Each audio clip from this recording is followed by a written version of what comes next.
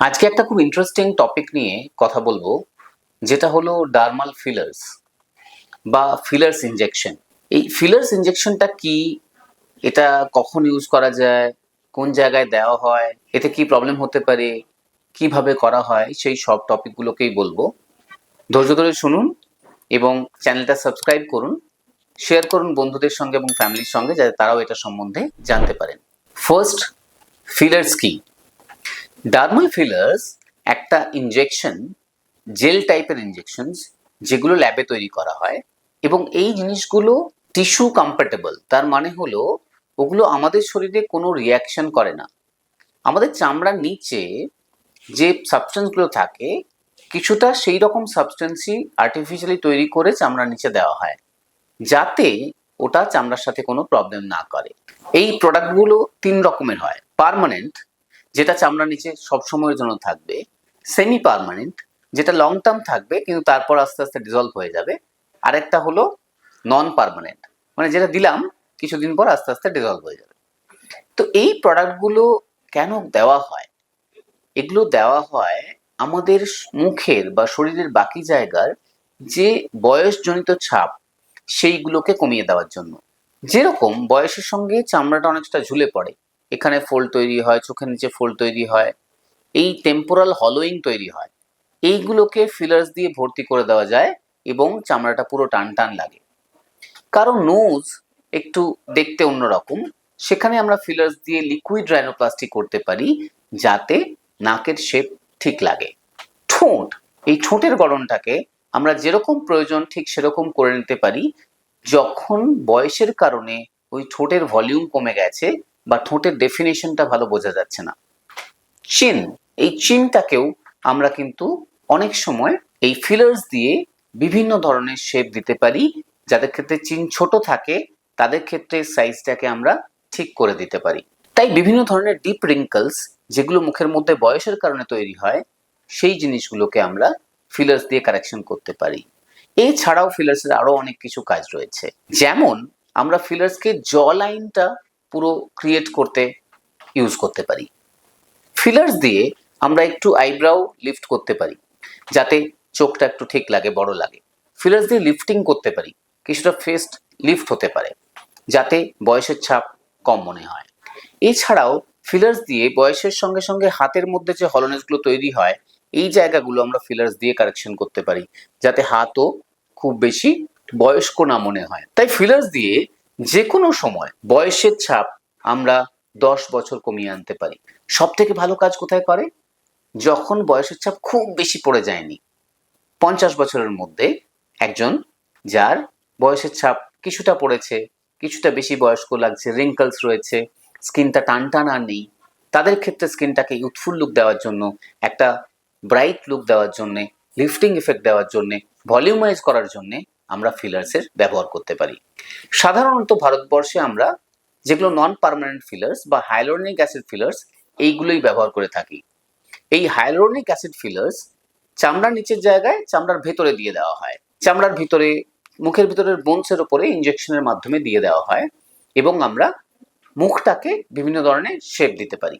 এই hyaluronic acid fillers absolutely safe, শরীরে react করে না। যদি ঠিক মতো ভাবে করা হয়, এটা কিন্তু খুব সুন্দরভাবে আমাদের ফেসের কারেকশনস করতে পারে, ফেসের বয়স কমিয়ে আনতে পারে এবং হ্যান্ডস অ্যান্ড বাকি বডি পার্ট যেখানে রিঙ্কলস পড়েছে সেই জায়গাগুলো আমরা ঠিক করে দিতে পারি। বিভিন্ন কোম্পানি রয়েছে যারা এই ফিলার্সগুলো তৈরি করে। ওয়ার্ল্ডের বেশ কিছু রিনাউন্ড কোম্পানি আছে, যেরকম অ্যালারগান, এরা ফিলার্স তৈরি করে, যাকে আমরা বলে থাকি জুভেডম, খুব পপুলার ব্র্যান্ড। এছাড়াও রয়েছে গেলডার্মা, যাদের ব্র্যান্ড রয়েছে রেস্টেলিন। এছাড়াও রয়েছে মেনারেনি অ্যাস্থেটিক্স, যাদের ব্র্যান্ড রয়েছে ডেফিনিজ। তো এরকম অনেকগুলো ওয়ার্ল্ড রেনাউন্ড কোম্পানিজ রয়েছে যারা এই প্রোডাক্টগুলো তৈরি করে এবং সেগুলো বিভিন্ন দেশে ইউজ করা হয়। এরা মূলত উন্নত দেশগুলোতে বা ফার্স্ট ওয়ার্ল্ড কান্ট্রিগুলোতেই তৈরি হয়। আমাদের দেশে এটা ম্যানুফ্যাকচার এখনো অবধি শুরু হয়নি বা হচ্ছে না।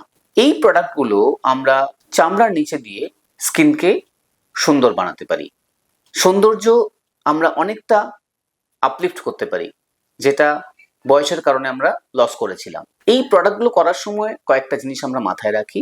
যেরকম যাতে ব্যথা না হয় ইনজেকশনের জন্য, তার জন্য একটা ক্রিম লাগিয়ে দিই, নামিং ক্রিম বলে, ওই ক্রিমটা লাগিয়ে 1 ঘন্টা রাখলে জায়গাটা নাম হয়ে যায়, তারপরে আর ব্যথা লাগে না। এরপরে খুব ছোট্ট ইনজেকশনস, মাইক্রো ইনজেকশনস দিয়ে আমরা ছোট ছোট ড্রপলেটস চামড়ার ভিতরে দিই এবং চামড়ার ভেতরের ওই ড্রপলেটস গুলো ওপরের পোর্শনটাকে লিফট বা ভলিউম দিতে পারে। এই ফিলার্স ইনজেকশনের ট্রেনিং অনেক দিন ধরে নিতে হয়।